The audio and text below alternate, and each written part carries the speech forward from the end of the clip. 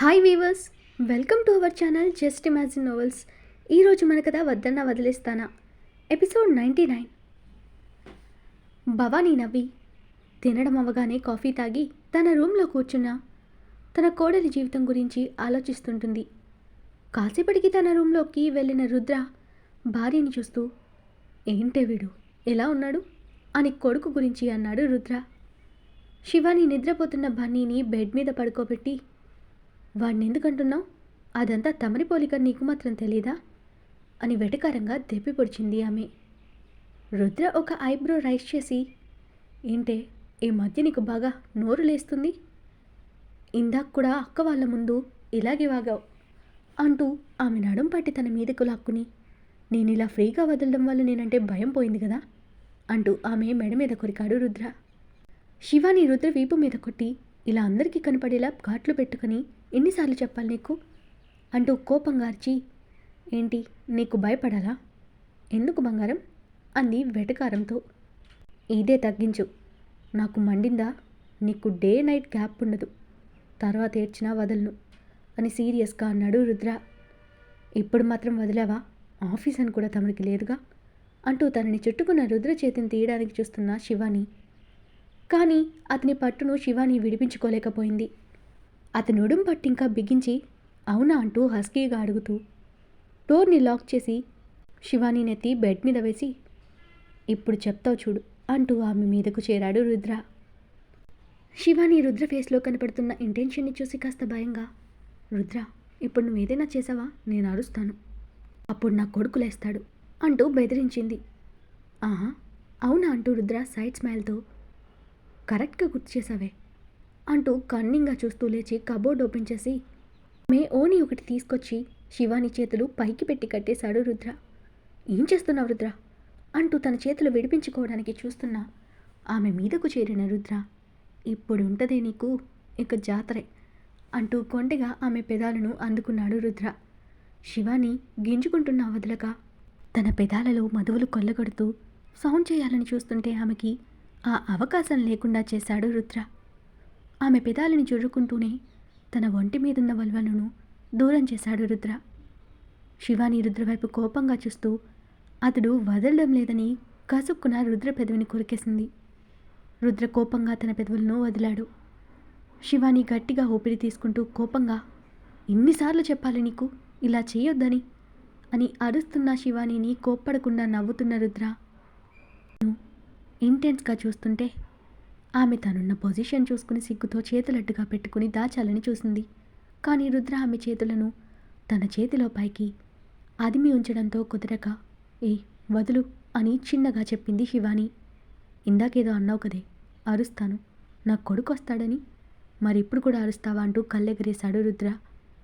తనని రుద్ర వదలలేదని ఉక్రోషంతో, నువ్వు రౌడీలా ఉన్నావు రుద్ర ఇప్పుడు అని కోపంగా అరిచింది శివాని. రుద్ర తన మాటలు పట్టించుకోకుండా కాస్త కిందకి జారి ఆమె ఎద మీద తన పెదాల నుంచి, ఏముందే మీలో, చూసే కొద్దీ ఇంకా ఇంకా చూడాలని అనిపిస్తుంది, కలిసే కొద్దీ ఇంకా ఇంకా కావాలని తనివి తీరని కోరిక కలుగుతుందంటూ ఆమె కళ్ళలోకి కాంక్షగా చూశాడు రుద్ర. రుద్ర ఇంటెన్స్ అర్థమైన సిగ్గు వద్దన్న ముంచుకొస్తుంటే భారంగా తన కనురెప్పలు వాలిపోయాయి.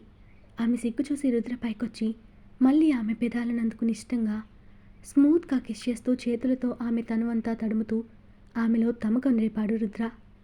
అప్పటిదాకా అతనికి దూరం జరగడానికి చూసిన శివాని ఇప్పుడు అతన్ని మరింత దగ్గరగా అదుముకుని గాలి కూడా వాళ్ళ మధ్య దూరనంత టైట్గా హక్ చేసుకుంది. అతని మెడ మీద ఒక చెయ్యి వేసి అతని వీపును మరొక చేత్తో చుట్టేసి ఆ ముద్దెలో కరిగిపోయి అతనికి పూర్తిగా సరెండర్ అయిపోయింది శివాని.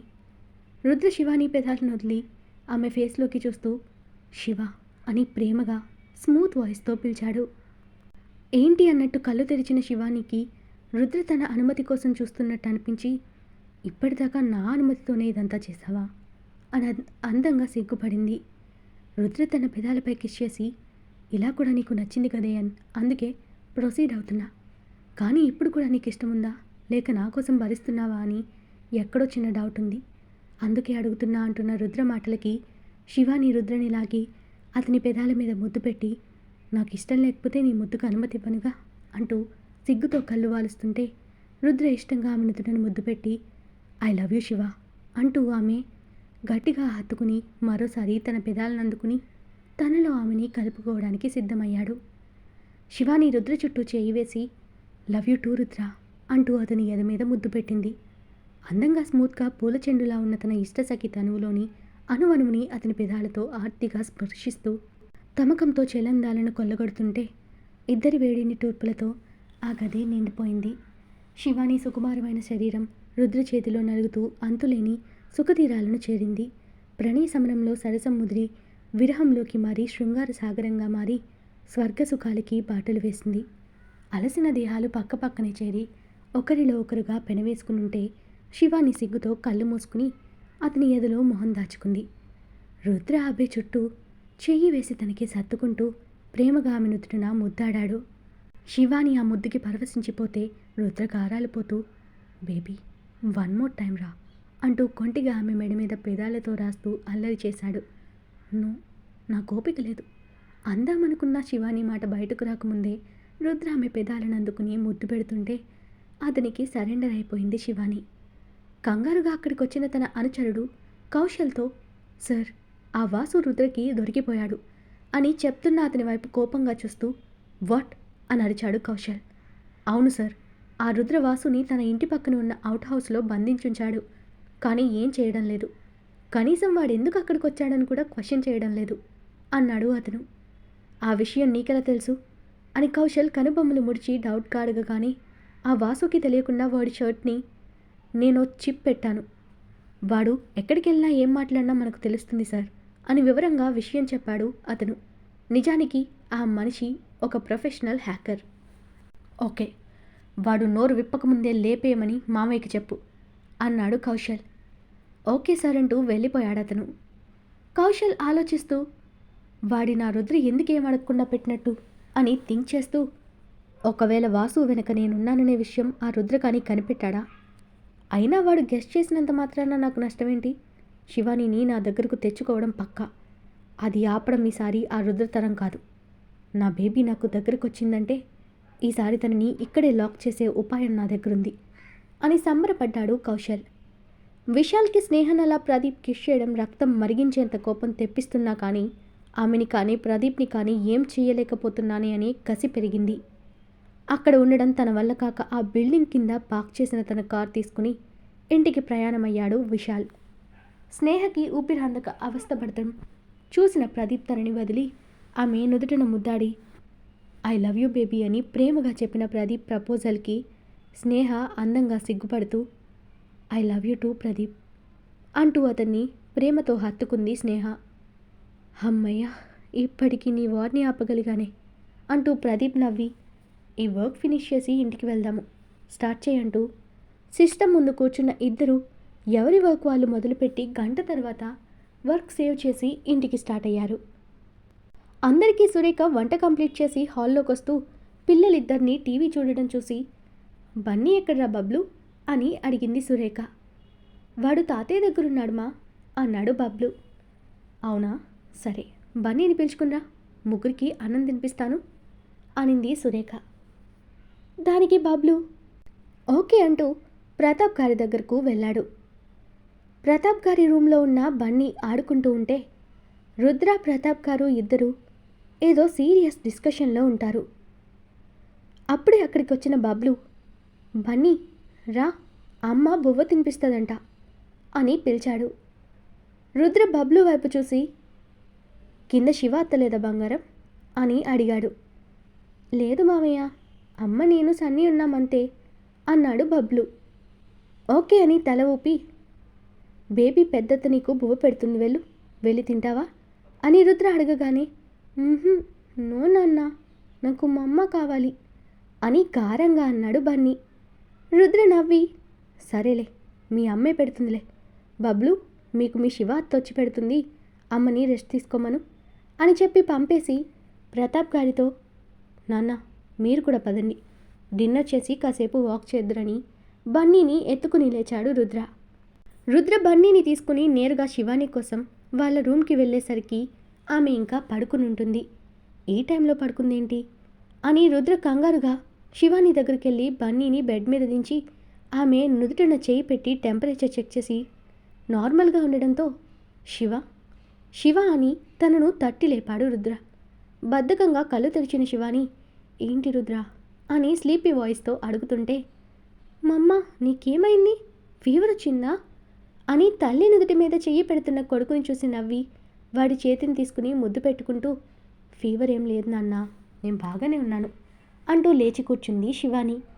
బాగుంటే ఎందుకే ఈ టైంలో పడుకున్నావు అని అడుగుతూ కంగారు పడుతున్న రుద్ర వైపు చిరుకోపంగా చూస్తూ ఎందుకో నీకు తెలీదా అని అడిగింది శివాని.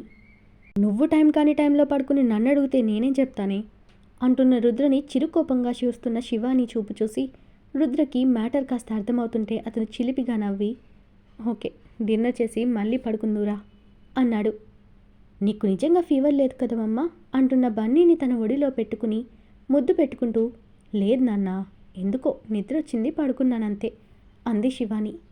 వాడు కూడా ఇంకా తినలేదు, నీకోసం వెయిట్ చేస్తున్నాడంటున్న రుద్ర మాటలకు శివాని కొడుకు వైపు చూసి అవునా కన్నయ్య, పద బంగారం నేను తినిపిస్తాను అని గబగబా లేవబోయిన శివాని నాపి వాడిని ఎత్తుకున్న రుద్ర శివాని బెడ్ దిగడానికి హెల్ప్ చేస్తూ ఆమె ఫేస్ వాష్ చేసుకుని వచ్చాక ముగ్గురు కలిసి కిందకొచ్చారు. ముగ్గురు మెట్లు దిగొస్తుంటే కింద నుంచి వాళ్ళని చూస్తున్న ప్రతాప్ గారు కొడుకు చేతిలో మనవణ్ణి పక్కన కోడల్ని చూస్తూ మురిసిపోతూ మీరెప్పుడూ ఇలాగే సంతోషంగా ఉండాలని మనసులో దీవించారాయన వాళ్ళని. అప్పుడే ఆఫీస్ నుంచి వచ్చిన స్నేహ ప్రదీప్లను చూస్తూ కిందకి వచ్చిన రుద్ర ఏంట్రా ఇంత లేట్ అని అడిగాడు. వర్క్ ఎక్కువ ఉందన్నయ్య, అందుకే లేట్ అయింది అంటున్న స్నేహ అలసటగా అనిపిస్తుంటే వెళ్ళి ఫ్రెష్ అయ్యరా స్నేహ, భోజనం చేద్దాము అంది శివాని. అలాగే వదిన అంటూ స్నేహ తన రూంలోకి వెళ్ళిపోయింది. రుద్ర ప్రదీప్ని చూసి నువ్వు కూడా తొందరగా ఫ్రెష్ అయ్యారా, డిన్నర్ చేద్దాం అన్నాడు రుద్ర ప్రదీప్తో. ఓకే అంటూ ప్రదీప్ కూడా తన రూమ్కి వెళ్ళిపోయాడు. సురేఖ వడ్డించబోతుంటే నువ్వు కూర్చో వదినా, పిల్లలకి నేను తినిపిస్తాను అంది శివాని. బబ్లు స్వంతంగా తింటుంటే సన్నీకి సురేఖ తినిపిస్తూ శివానీని చూసి ఏంటి శివ ఈ టైంలో పడుకున్నావంట, మళ్ళీ ఫీవర్గానొచ్చిందా అని కన్సర్న్తో అడిగింది సురేఖ శివానీని. శివాని ఇబ్బందిగా నవ్వి అదేం లేదొదినా, ఎందుకో బాగా నిద్ర వచ్చింది, వద్దన్నా నిద్ర ఆగలేదు, అందుకే పడుకున్నాను అంటూ బన్నీకి ఫుడ్ బౌల్లో వేసుకుని బన్నీని ఎత్తుకుంటుంటే ఆమెని ఆపేశాడు రుద్ర. ఏయ్ వాడికి ఇక్కడే తినిపించు, బయట తిప్పి అలవాటు చేయకు, వాడు తర్వాత రోజు బయట తిరగాలంటాడు అన్నాడు రుద్ర. శివాని మనసులో ఎందుకు ఈయన కొత్తగా బయటకు తీసుకెళ్ళడానికి ఇలా గోల్ చేస్తున్నాడు అనుకుంటూ రుద్ర ఒడిలో ఉన్న బన్నీకి అలాగే తినిపించడం మొదలుపెట్టింది శివాని.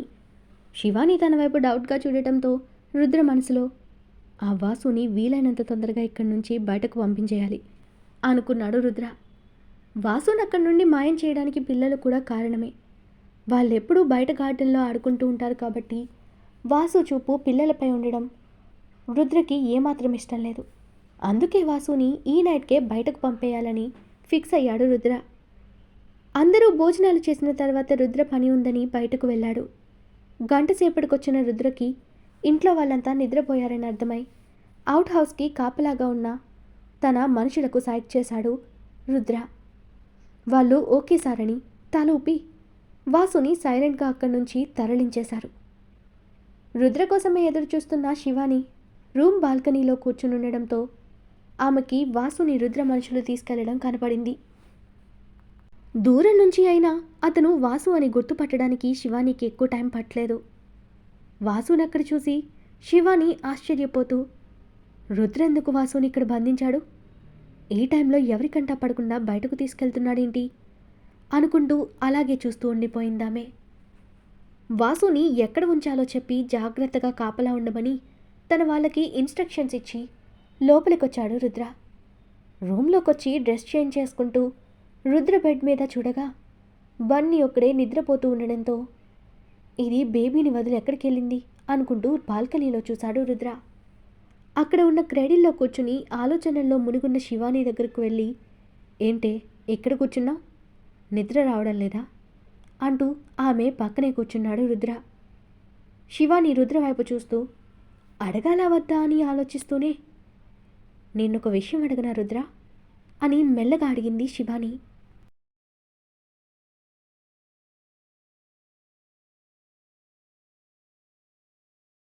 ఈరోజు మన కథ ఇక్కడితో కంప్లీట్ అయింది. ఈ స్టోరీ మీకు నచ్చినట్టయితే ప్లీజ్ స్టోరీని లైక్ చేసి కామెంట్ రూపంలో మీ అభిప్రాయాన్ని తెలియచేయండి. అలాగే ఛానల్ని సబ్స్క్రైబ్ చేసుకుని షేర్ చేసి మాకు సపోర్ట్ చేయండి. నెక్స్ట్ అప్డేట్తో మళ్ళీ కలుద్దాం. అంతవరకు బాయ్.